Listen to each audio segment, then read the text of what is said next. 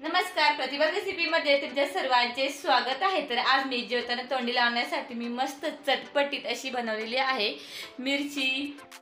आता ह्या मिरचीचे ना आपण बेसन पिठामध्ये भजी काढतो, मिरची वडा बनवतो किंवा नुसतं शेंगदाण्याच्या कुठ्यामध्येही बनवतो। पण आज आपण अशीच वाफेवर बनवलेली आणि बेसन पीठ टाकून बनवलेली जसं चटपटीत अशी ही मिरची बनवणार आहोत। तर त्यासाठी पाहू शकते ह्या मिरच्या ना अगोदर मी धुवून घेतलेल्या आणि एक 5-6 घेतलेल्या आहे।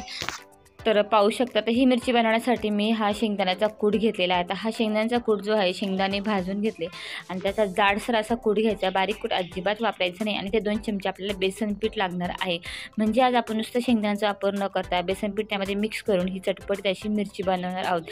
तर सगळ्यात अगोदर आपल्याला काय करायचं, मिरची कट करायची। तर कट करून घ्यायच्या वेळेस सुरूने फक्त वरतीच कट द्यायचा आहे, म्हणजे त्याला आपल्याला भरलेली मिरची बनवता येईल। कारण याच्यामध्ये आपल्याला मसाला भरून बनवायचा आहे, जेणेकरून मस्त जेवताना तोंडी लावण्यासाठी चटपटीत तुम्ही बनवू शकता। तर असे सर्व आता मिरची कट करून घेतलेले आहेत पाहू शकता।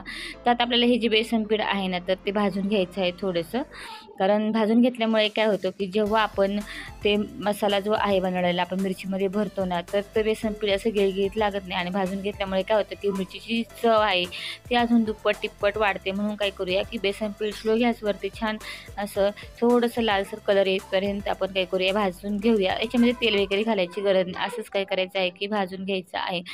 आता चला बघा, पाहू शकता छान असं लालसर त्याला कलर आलेला आहे आणि हे मस्त असं भाजून झालेलं आहे। तर चला आता एका प्लेटमध्ये मी थंड होण्यासाठी काय करते, काढून घेते। तर चला आता हे काढून घेते। तर हे भाजून झालेलं आहे व्यवस्थित। तर चला आता हे भाजलेले बेसन पीठ थंड झाल्यानंतर ना आता आपल्याला काय करायचं आहे की आपण मसाला बनवून घेऊया। तर हा जो आहे भाजलेल्या शेंगदाण्याचा जाडसर म्हणजे दाणेदार कूट घेतला आपण, त्याच्यामध्ये 1 चमचा जिरे घ्यायचं। आणि आता ही मिरची तिखट नसते म्हणून इथे आपण 1.5 चमचा मिरची पावडर घेतलेली आहे आणि अर्धा चमचा हळद पावडर। आता सगळ्यात अगोदर आपण काय करूया, हे थोडंसं मीठ घ्यायचं आणि तर 1 चिमूटभर थोडंसं मीठ घ्यायचं आणि मिरचीमध्ये भरून घ्यायचं, म्हणजे मिरचीची चव आहे ना ती अजून दुप्पट तिप्पट वाढते। तुम्ही कोणत्याही प्रकारची मिरची करा, मिरचीची भजी करा, म्हणजे बेसन पिठामध्ये मिक्स करून याची भजी करा किंवा मिरची वडा करा, नेहमी त्याच्यामध्ये असं कट केल्यानंतर 1 चिमूटभर मीठ भरायचं। तर चला आता आपण याच्यामध्ये टाकूया चवीनुसार मीठ। आणि हा मसाला जो आहे ना आता आपला तयार झालेला आहे। आता आहे ना बरेच जण काय करतात की असं सुक्काच मसाला मिक्स करून तो मिरचीमध्ये भरतात, पण मी तुम्हाला सांगते की तसं अजिबात भरायचं नाही।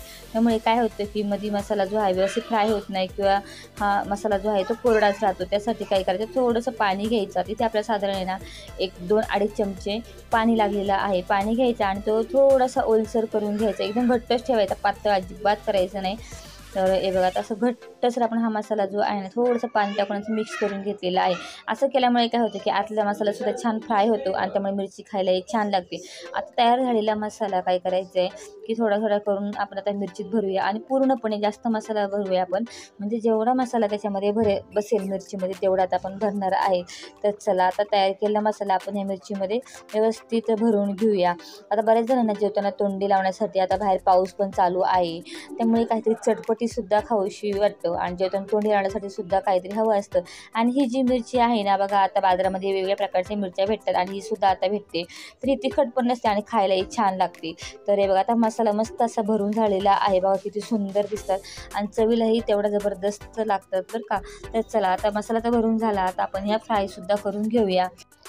तर चला आता कढई गरम करायला ठेवली होती। तर कढई गरम झाल्यानंतर त्याच्यामध्ये टाकूया 1-2 चमचे तेल आणि तेल गरम झालं की आता आपण ह्या मिरच्या ठेवायच्या आहेत। तर मिरच्या वाफेवरती करताना किंवा फ्राय करताना बघा अशा पद्धतीने ठेवायचे, म्हणजे तो मसाला जो भरला ना ती बाजूवरती आली पाहिजे, अशा पद्धतीने ठेवायचं, म्हणजे मसाला पण जळत नाही काय नाही, मिरचीसुद्धा व्यवस्थित फ्राय होते। तर मिरच्या ठेवून झालेल्या आहेत, आता याला वाफेवर शिजवून घ्यायचे आपण। त्याआधी काय करू, 1 चमचा साधारण पाणी टाकायचं, म्हणजे त्या खाली लागत नाही काही नाही आणि व्यवस्थित त्या शिजल्या जातात। आणि स्लो गॅस करून आता त्याची आपण झाकण ठेवून 1-2 मिनटं असंच ठेवणार आहे। 1-2 मिनटानंतर ना ते काय करायचं की झाकण काढायचं आणि ह्या ज्या आहेत ना आता अशा उलट्या पालट्या करून घ्यायच्या, जेणेकरून ते व्यवस्थित सगळ्या बाजूने काय होतील, व्यवस्थित शिजतील, व्यवस्थित फ्राय होतील। आता तेलात तळण्यापेक्षा ना हे खूप छान आहे आणि वाफेवर शिजवून घेतल्यामुळे त्याची चव हे अजून दुप्पट तिप्पट वाढते। आणि शेंगदाण्याचा कूट जो आहे तो भाजलेला होता, पीठसुद्धा भाजलेलं होतं, त्यामुळे आतला मसालाही छान व्यवस्थित होतो। तर चला हे बघा आता मध्ये मध्ये आपल्याला 1-2 मिनटाला काय करावं ना अशी आलटी पालटी करून ते व्यवस्थित परतून घेऊया बघा तेलावरती। अजून थोडा वेळ आपल्याला लागणार आहे, अजून ते परतलेलं नाही आहे। हे बघा पाहू शकता. आता मस्त परतून घेऊया. आता मी झाकण न ठेवता अशा तेलावरती छान परतून घेते. तर हे बघा आता पाहू शकता. तर आपल्या मिरच्या ज्या आहेत नाही बघा शिजलेल्या आहेत पाहू शकता. अगदी ना एक 5-10 मिनटं लागतात, जास्त वेळ लागत नाही काय नाही आणि झटपट होतात. तर चला आता ह्या झालेल्या आहे. आता आपण काय करूया, याच्यावर झाकण ठेवूया, गॅस बंद करून ठेवूया कारण कढई गरम आहे त्यामुळे वाफेवरती अजून व्यवस्थित होतात.